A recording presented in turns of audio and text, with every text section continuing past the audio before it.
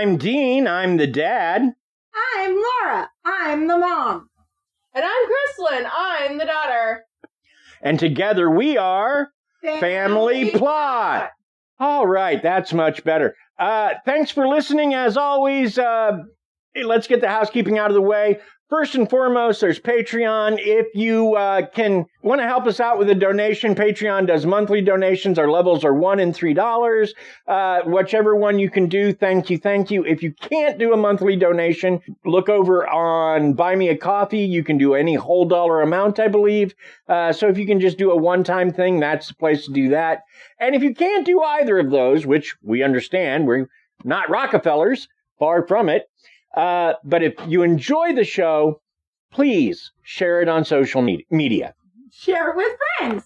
With family. With everyone. Yay! And if you don't enjoy the show, well, what we ask then is please keep it to yourself. Awesome. So tonight's show comes out of our downtime. I listen to a lot of music, and some people have eclectic music tastes. Mine would be more schizophrenic. That's actually fair. And because some of the music I listen to is kind of odd, Laura will often ask me, what's this song about? For example, They Might Be Giants, Birdhouse in Your Soul. I got no clue what that song's about. I just like it. But some I do. So I was listening to a song by a band called the Boomtown Rats, called I Don't Like Mondays. I told her it was based on a 16-year-old spree killer in San Diego, California. So today we dig into the true story behind a rather famous tune, and in the process discover the first highly publicized school shooting to happen here in the United States. But first, as always, Krysta has a corner.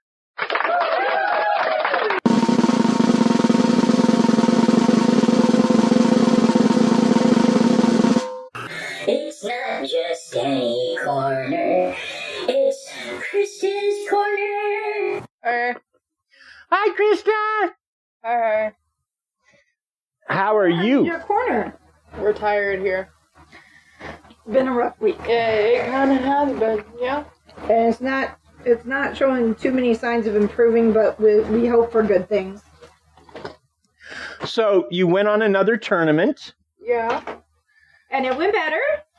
Mm-hmm. You seemed much happier, because I know your first tournament, you were just like, your texts were just very sad. They were full of despair. Like, I don't like this. I don't want to do it anymore, and I don't want to ever be here again. It was very, hello, mother. Hello, father. We're talking about music. That's very apt. Awesome. You're welcome. Yeah, it was. But this last one, you seemed in good spirits. You weren't happy with where you guys landed as far as your positioning in the tournament, but you seemed like a lot more excited about having done it. You felt like you improved overall. What else can you add? This is your corner, and I'm doing all the talking. Well, she did say she was tired before we started. Yesterday we had a day off because elections. I haven't liked this week very much. Kinda wish they could have just moved it to Monday. Yeah, unfortunately, that's kind of not how the government is set up. And the weird thing is, it's because a lot of the schools were polling locations. Uh-huh. Not all of them, but like a lot of them. So I get that they don't want to make it unfair and go, well, the kids in these schools don't have to go on Tuesday. So they just made everybody go. But yeah, I can see how that would, like, you kind of get started with your week, and then you get the day off, and then it's like you're kind of starting your week over again. Yeah. My Krysta is frustrated. Aw. How's Bunny? Bunny's fine. We are definitely getting closer in the relationship department. That's good. That's good. I really like this relationship. It's probably my favorite relationship you've been a part of. It's one of the healthiest relationships I've been a part of. So. Well, you seem so happy. Like, if I just say her name, oh, how's Bunny? You light up. Like, you're very happy. So, as your dad, that's really all I care about at the end of the day. And while your brother doesn't believe it, when he was going out with Dexter, I felt like he lit up talking about him. But yeah, I get where he's not happy now. So he's happy with his new partner though. So yeah. And that's cool. That's very cool. I got a new lanyard, and it's not just a lanyard. I'm gonna sound like an ad. I'm gonna sound like a living ad, guys. But it's a lanyard that has an ID holder, but along with the ID holder, it's also a wallet.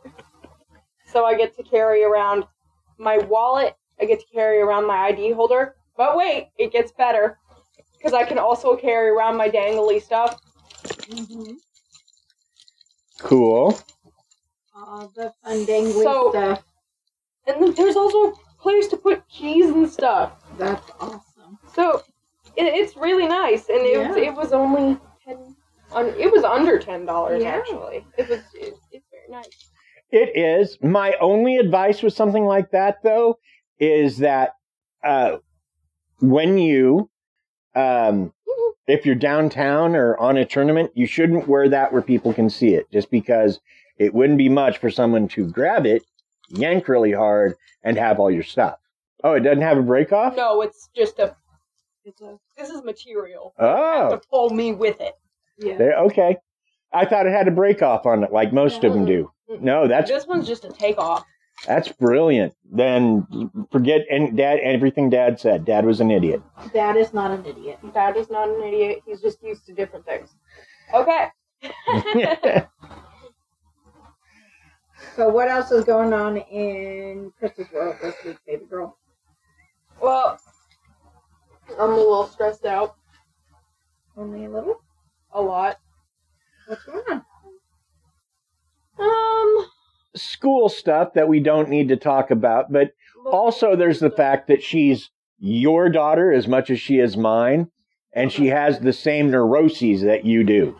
Yeah, that's true too. I'm also very empathetic, and I knew yesterday that you weren't feeling great. And I was here all day. So we're family plot. Family's having some issues, but we are a family, and we will push forward whatever that means together, right? Right. Which, by the way, I know it's still your corner, but something just occurred to me. I've started using a phrase when we're referring to our fans. They're the fam. They're the fam. And I just wanted to make that official. So if you're a fan of the show, you're part of the fam. Absolutely. Well, Krysta, do you have anything else that you wanted to share this week? I hope everyone gets good rest this week. We all need it. We really do. And hey, Krysta, we all shine on like the moon, the stars, and the sun. With apologies to John Lennon. So we're sorry, John Lennon. It's a dad joke. Come on. I'm allowed. In fact, I'm encouraged. I am a dad. No. You're a dad. Sure. You have better humor. I've seen it. I've heard it. As a trauma kid, you should know. You know how to make someone laugh. Come on, you have it. You can do better. Yeah, but sometimes it's worth it to go for the groan.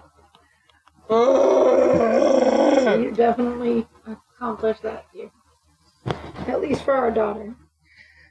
I mean, sometimes you write a good line and it stays in the act forever, even if no one laughs at it. So that was funny to Mom. So is that your corner, my Krysta? Yay! right. Well, thank you, Krysta, for sharing some Krista-ness in your corner. We always appreciate hearing from you. I'm tired, but I'm still gonna do my job. Anyway. Well, before you read this next bit, because it is your bit, I just want to say this show is set up a little differently than we would normally do this kind of show. First, we're going to talk about the time period and the place a little bit, just to give some context to these events. Then we're going to talk about the perpetrator a little bit, because It bears speaking. yeah, you really have to know about her. And then we'll get into the event, what happened, when it happened, how it happened. Sure. We'll tell the story. We'll tell, but it's just different than how we normally organize things. Absolutely. All right, Chris, take it away. So I'm editing out all of that. Yeah, you are. Sorry, Dad. Sorry, Dad. That's okay. It's only about 40 seconds, so it's no big deal. In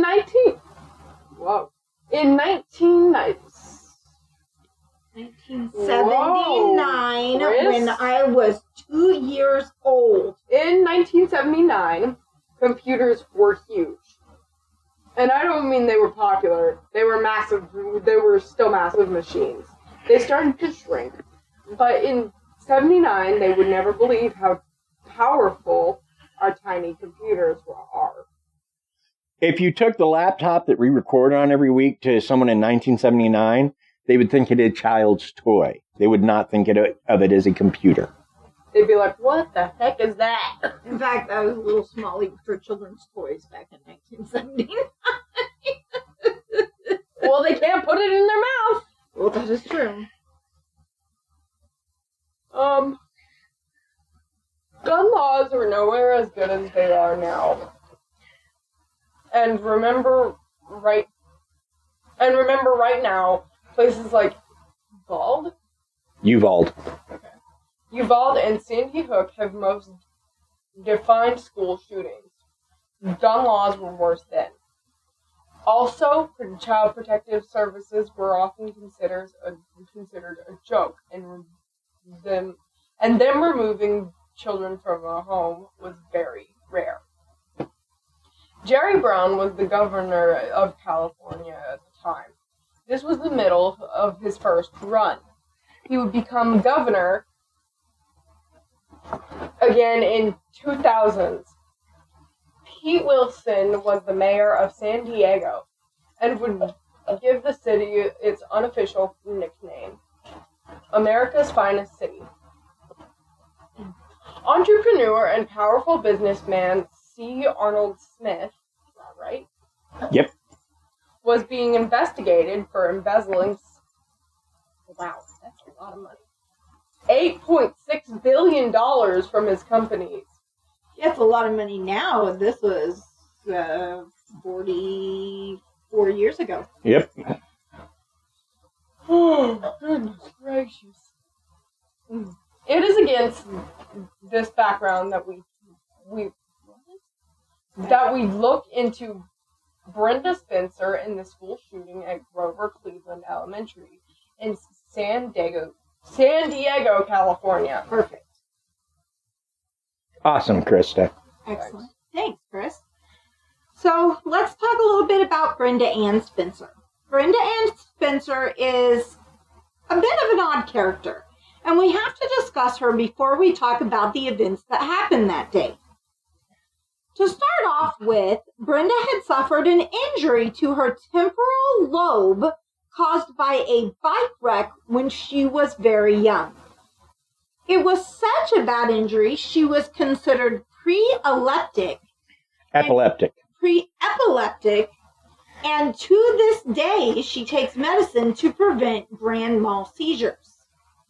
In violent offenders, epilepsy is 2 to 4 times more common than it is in the general population. Further, Brenda Ann was emotionally troubled. She was unhappy that her parents had divorced and she was forced to live with her dad, who was living rough to say the least. She and her father both slept on mattresses on the floor in a home covered in trash. A lot of that trash was empty beer cans and liquor bottles that both father and daughter used recreationally. Brenda did not like her school or policemen, and friends had overheard her talking about how she wanted to kill a police officer. She also believed that no one liked or understood her. She once told a friend, "One of these mornings, you're going to look for me. No one understands me. You don't have to wait very long to see what is going on with me." She did not like school and was eventually transferred to a high school for problem students, mostly due to her truancy. Early in 1978, that school informed her parents that she was suicidal. Her parents did nothing with that information. Later that summer, Brenda was arrested for shooting out the windows of the Grover Cleveland Elementary School with a BB gun, as well as for burglary. She was put on probation for this, and an evaluation was arranged by her probation officer that revealed she suffered from severe depression. He told her parents that he wanted their help to arrange a stay in a mental hospital so her depression could be treated. Her father refused to admit her. For Christmas that year, he gave his daughter a Ruger 1022 semi-automatic .22 caliber rifle with a telescopic sight and 500 rounds of ammunition. Around this time, she also won a Humane Society photo competition. Somewhere during the third week of January, she told friends that she wanted to do something big to get on TV. So that's the setup. Let's talk about what happened. And I know a lot. We have a lot of information about Brenda Ann, and if you're listening, going, "Wow, she sounds like a poor, like she's been through a lot." Yeah, she had. But again, we will discuss this more here. So around 8 a.m. on January 29th, 1979, students were gathered outside Grover Cleveland Elementary, which is located in San Diego, California. There are other Grover Cleveland Elementaries, as we will find out later, but that's the one we're talking about today. Now, Brenda Ann Spencer's house is right across the street from the front gates of the school. That's also important to understand. Now, the principal of Grover Cleveland was Burton Ragg, W-R-A-G-G. And he's unlocking the gate to let the kids into the school. As Principal Ragg is looking through his keys to find the key for the gate, Brenda breaks out the windows in her front door, sights along the muzzle, and in a few short seconds, she begins to fire.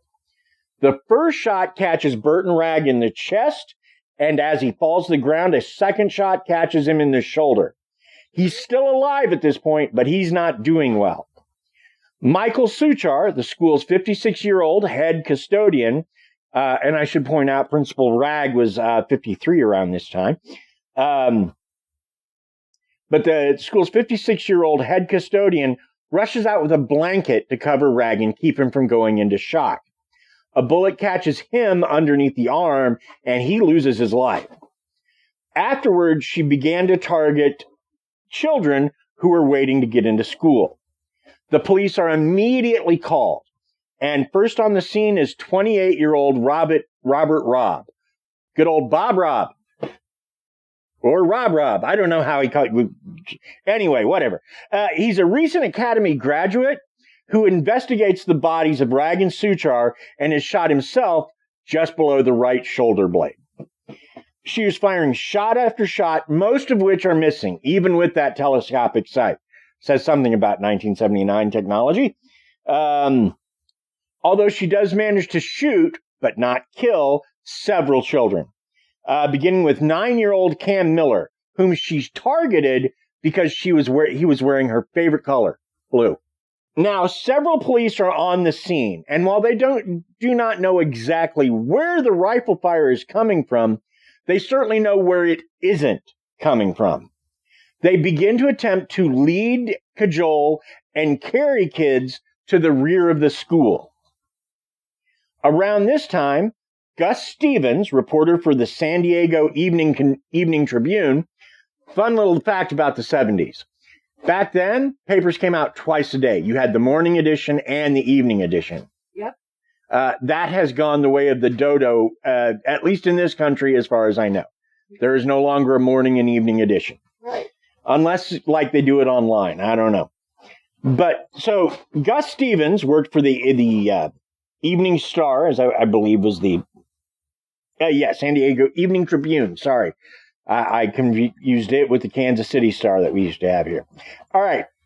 He begins to call houses in the area. Now, what he does not know where the killer is. He doesn't know where the shooter is. He's not trying to find the shooter. He's just trying to find people who can see her or him or can hear what's going on or have more information that he can get into his story. He's just trying to track down his story. Sure, like you do when, there weren't cell phones and computers. Right. So, now, So basically, he's just calling around and he's saying, right. Do you see anything? Do you know who the shooter is? Do you know what they're shooting at? Do you hear anything? Do you hear gunshots? He's calling places right around the school. And that's you would just kind of follow those clues. Right, yeah, because this is a time, again, like you pointed out, there's no cell phones.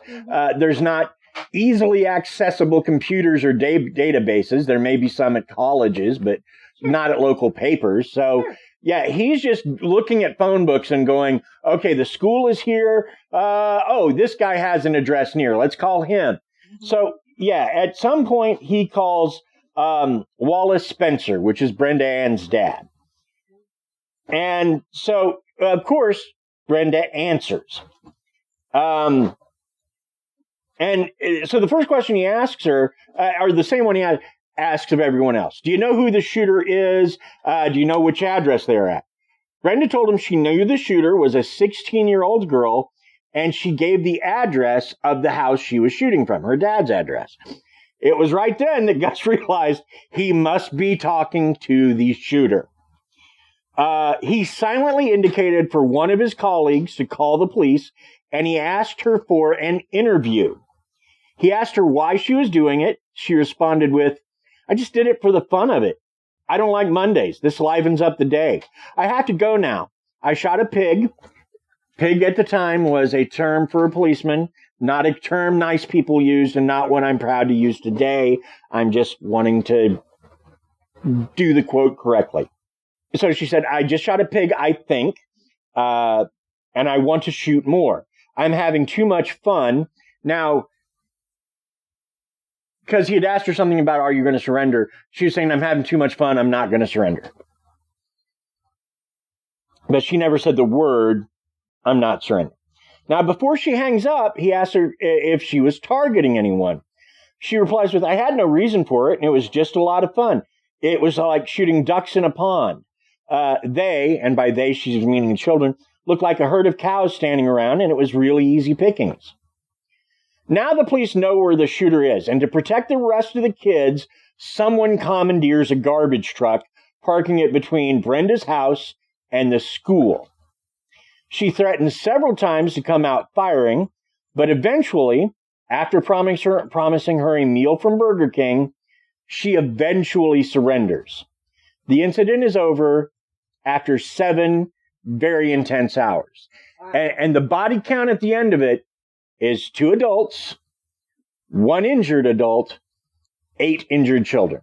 So not a lot of cost in human life, but for a school, even 1 is too much. Yeah, absolutely. Just if she hadn't killed anyone, it's still too much. Mm-hmm.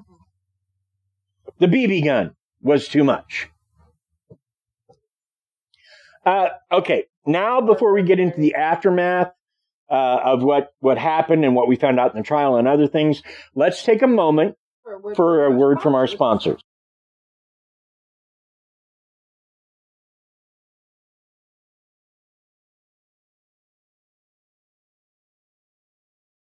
Hey, babe. Yes, dear. I feel Yay! sponsored. Yay, Krysta! Huh? All right. Yay, Chris? Is that what you were upping about? Yeah. Yeah. I thought I heard someone come back. The aftermath. Now we're going to talk about the aftermath of this horrible crime. Because of the seriousness of the crime, its potential to have been way worse than it was, Brenda is tried as an adult and eventually sentenced to 25 years to life in prison. Police say that while there were a lot of open alcohol containers in the house, Brenda did not appear to be intoxicated. Pictures taken at the scene do not back this up. She has since made several claims about that day.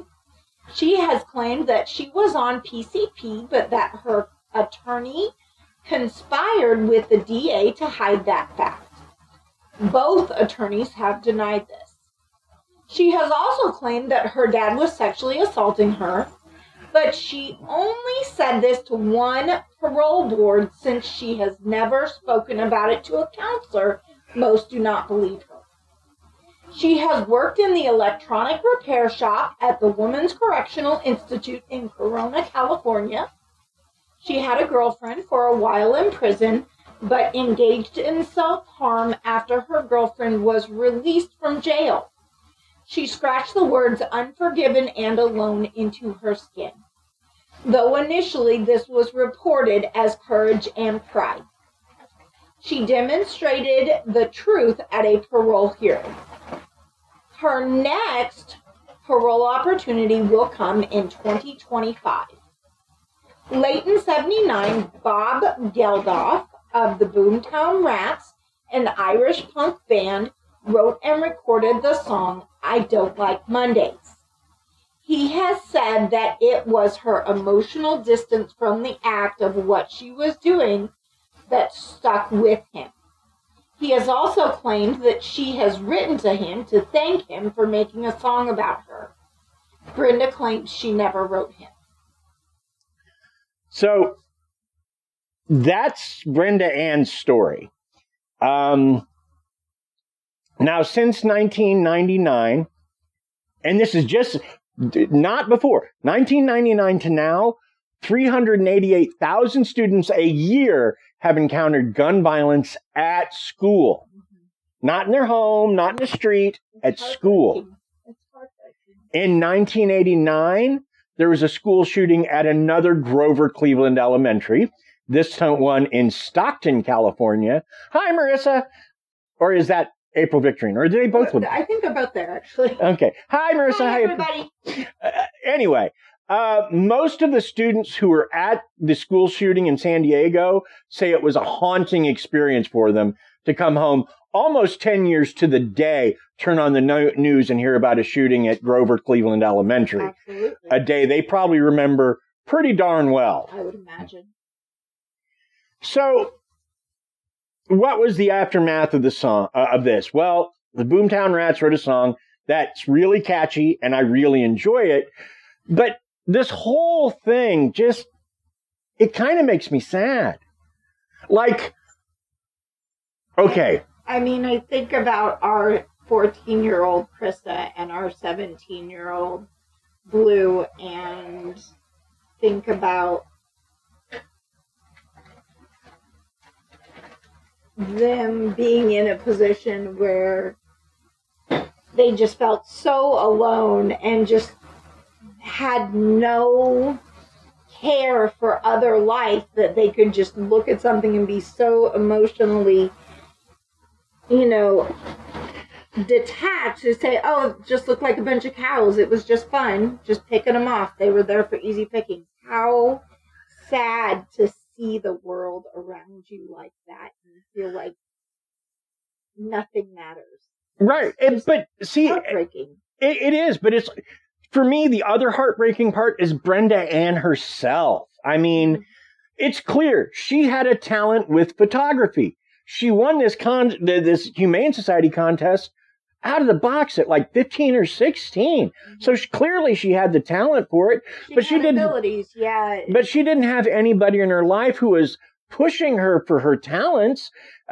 You know, the people who wanted to help her, her parents wouldn't let them. Yeah. They wouldn't take her somewhere to get her looked at because she was suicidal. They wouldn't sign off on her going into some place that could treat her depression, where maybe she could have found some sort of self-worth. I mean, and then Dad buying her, like, Dad should be serving time. Yeah. And he should be serving time with her, as far as I'm concerned. Buying your suicidal, depressed, teenage daughter a gun with a laser sight and 500 rounds of ammunition? Are you insane? After she has used her BB gun to shoot out the windows of said school across the street. And broken into places. And the thing is, she has talked about getting that present. And I'm going to have to do a trigger warning after I say this, but she asked for a radio that year. And what she has said on record more than once and more than one way, but the way I remember off the top of my head is, I asked for a radio. Dad got me a rifle. I took it that he wanted me to kill myself. And again, trigger warning, don't kill yourselves. Please. Don't commit suicide. Please. 811, national hotline. Call somebody. You matter. You do matter. Absolutely. But a gift, to get a gift like that. Oh, I'm sorry. It's 988. Thank you. Thank you, dear. Thank you. It's on the back of all of our student IDs in the school that I go to, because you never know what trouble it can. And I'm hesitant to say that it's the next part that I'm going to say, but I'm going to say it, okay? Weed was illegal in 1979. It was absolutely criminal. And I think if instead of drinking, he had, smoked her up, given her an edible something, she might have been coping a tiny fraction better. Maybe not a lot. Well, but you can't even say that, especially, we're talking about a young lady who we started out saying she had a brain injury. She should have been getting extra help because of that. And instead, everyone who tried to help her, they pulled her away from. And at the end of the day, it's a lot of bad parenting and a lot of bad decisions. A lot of the laws that we have in place now are to try to, circumvent those kinds of bad parenting and those kinds of bad decisions. Those things weren't in place 40 years ago, Right. And that is one of the positives that comes out of this, is that laws changed enough that family services could go into this situation, and they could have pulled a Brenda Spencer out and made her get treatment. Right. And treatment would have only helped her if she could have just gotten through high school, which is rough for everybody. I don't know anybody who's in time in high school. I was just kicking it the whole time. And if you did, I don't imagine you got very far. It's just such a rough time. So, yeah, if somebody had, pulled her into some sort of treatment program, maybe got her away from the substance abuse a little bit, maybe got her into a place where, well, you're good at this photography. Guess what? There are photographers. She could be out in a forest right now taking pictures of a moose or something instead of locked up in Chino, which is the other name for the correctional facility she's in. They call it Chino. I don't know why. Anyway. I only know that because I used to watch the show called Locked Up on MSNBC. Great show, by the way. Wonderful way to waste 6 hours just watching people in prison and watching them either figure out ways around things, like there's a guy who takes radios and makes them into electric guitars. Don't know how he does it, but more power to you, pal. Or just watching people just repeatedly fail. It's like they're slamming their face into a door again and again. And as someone who often repeatedly fails because, I feel like my luck is out or whatever, it's nice to see that I'm not the only one every once in a while. So, she's not in a good place. And it's like her last parole hearing was 2 years ago now. And it'll come in 25 because she agreed with the parole that she was not mentally ready to be paroled. 10 years before that was her prior parole hearing. She didn't have one for 10 years because her behavior was not good. I'm not going to say atrocious. I don't know what she did. I just know that that she had a lot of bad behavior. And part of it was her reaction to her girlfriend leaving jail. And they felt like that was an emotionally immature response, which maybe it was, but. Well, and not to throw too much precedence into fiction echoing real life, but you have to think that at that stage of the game, she has been in prison since she was 16 years old. Can you even imagine what it would be like for her to try to be an adult after not having really any positive role models in her childhood, to try to be put out into public again and try to figure out how to even be an adult? Yeah, in this day and age, because she has no standing or understanding of how to live in the world as a functional adult. She never had the chance to do it. Right. And that's what I was saying, was like, they're saying, well, it was a poor emotional reaction for you to do this. Her whole life has been a poor emotional reaction. I don't imagine she's getting a lot of help. Apparently she has access to a counselor. That's great. I almost feel like she should have been put first into some sort of facility that might have helped her understand her choices that led her to being there. And then she could go serve her 25-year sentence. And then maybe she'd be in a place of understanding and she wouldn't be so messed up. Yeah. And I just, like, I feel... It's a very sad situation. I feel bad for her. Like the guys that did Columbine, I don't feel sad for those guys. I don't feel a bit sad for those guys. They were trying to be famous, which in a way she kind of was too, but they had all the advantages she didn't. Well, it's like she's not like these young men that we talked about 3 weeks ago who went and murdered that little girl and just were on Cassie Jo Spencer's killers. Yes. Yeah. And that they just wanted to make a name for themselves and they wanted to be famous and they intentionally wanted to murder people. She literally was so broken from reality that she saw no difference between these children and these people who were just going up on their daily lives than just animals or skeet shooting. She just was completely removed from the reality that we have in a day-to-day. And there may be more to it because certain mindsets tend to project onto other people. Right.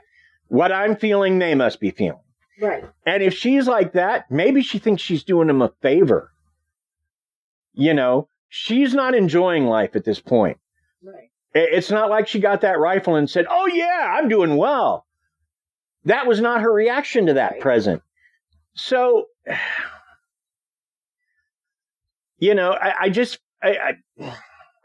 so maybe on some level she thought she was doing them a favor. She's like, well, my inner life is dead. They're still children. I don't want them to reach this point. She's never said that, but it could have been in there, And I'm not saying like she's a good person or no. Of course not. if she was a projector and projecting her life on them, I don't get it, but I'm beginning to see why she did it. Right. You know, and again, I don't know if any of that's true, but man. And I've got to add one more thing, because a lot of people got mad at the Boomtown Rats for doing this song. And they even were like, they were supposed to do a 2,400 seat venue in San Diego the following year, and Bob Geldof canceled it. And he's like, no, when someone, the thing initially got published, that because back then, you know, again, wasn't online. Yeah, they just posted, these are the concerts we have, and you got a paper or whatever. And people were like, hey, these are the people who did the song. Boo, no, we don't want them here. But if I understand it correctly, and there's a lot of conflicting data on this, so I may not, but Bob did not want to do a show in San Diego after writing that song. He felt the community had gotten victimized enough by what happened. Sure. But once you reach a certain point in the music industry, you don't book yourself anymore. That's on the hands of other people. Right. And so, yeah, like the way Bob Geldof puts it is they wound up doing a gig he didn't want to do in the first place because he didn't want to do a gig there. And it wasn't against the people. He just felt it wouldn't be respected. So, but, and I guess that's why one of the reasons I wanted to do this. This isn't like we've had episodes with like Sharon Kinney or Ken Rex McElroy with people we don't like. And there are strong reasons not to like these people. Absolutely. They made poor decision after poor decision after poor decision, and actually perpetrated evil on purpose, put it out in the world. This is who I am. We're talking about a kid that at least since her divorce was raised badly. And I don't want to put anything on Dot. Her dad was Wallace, her mom was Dot.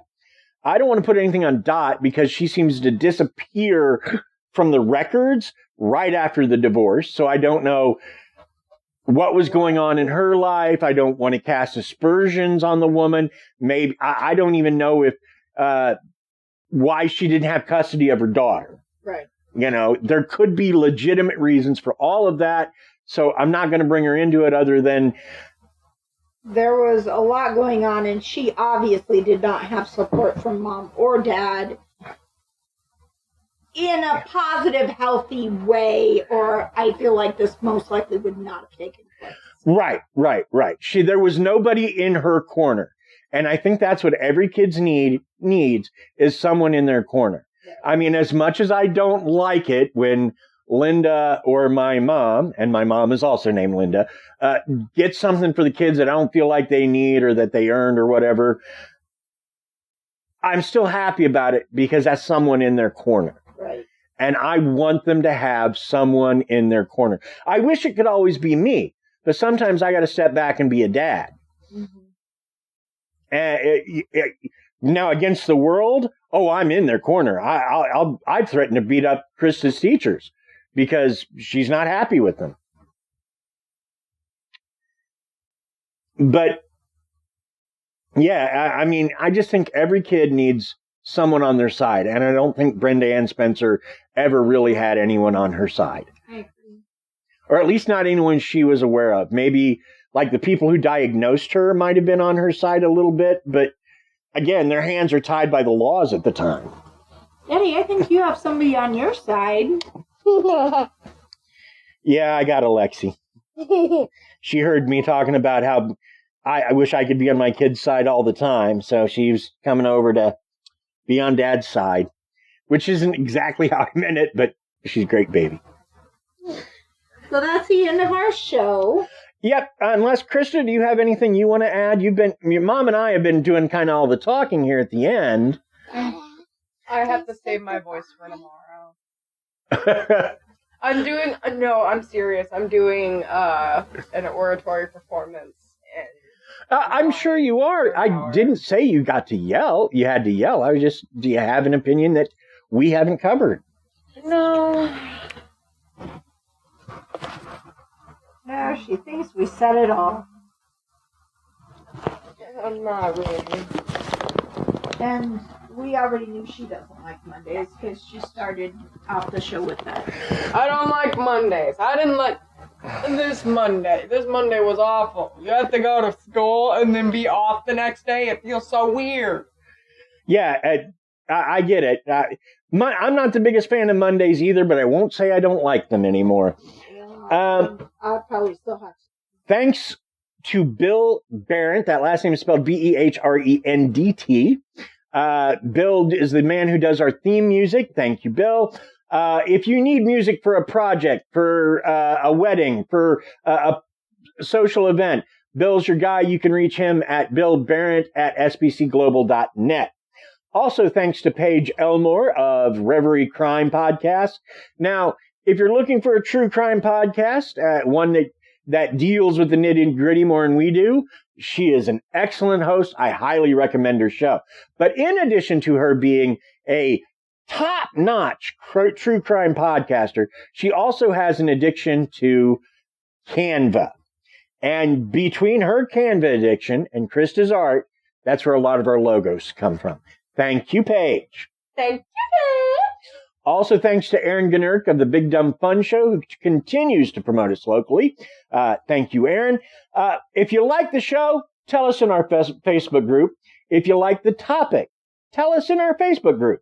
Got an idea for a topic? Tell us in the Facebook group. Yeah, you're getting the point. Join our Facebook group. That's sort of the point. Join us next week as we go full folklore, and get real literary with Sir Arthur Conan Doyle's greatest creation, Sherlock Holmes. Or maybe something else. Bye! Say bye. Say bye.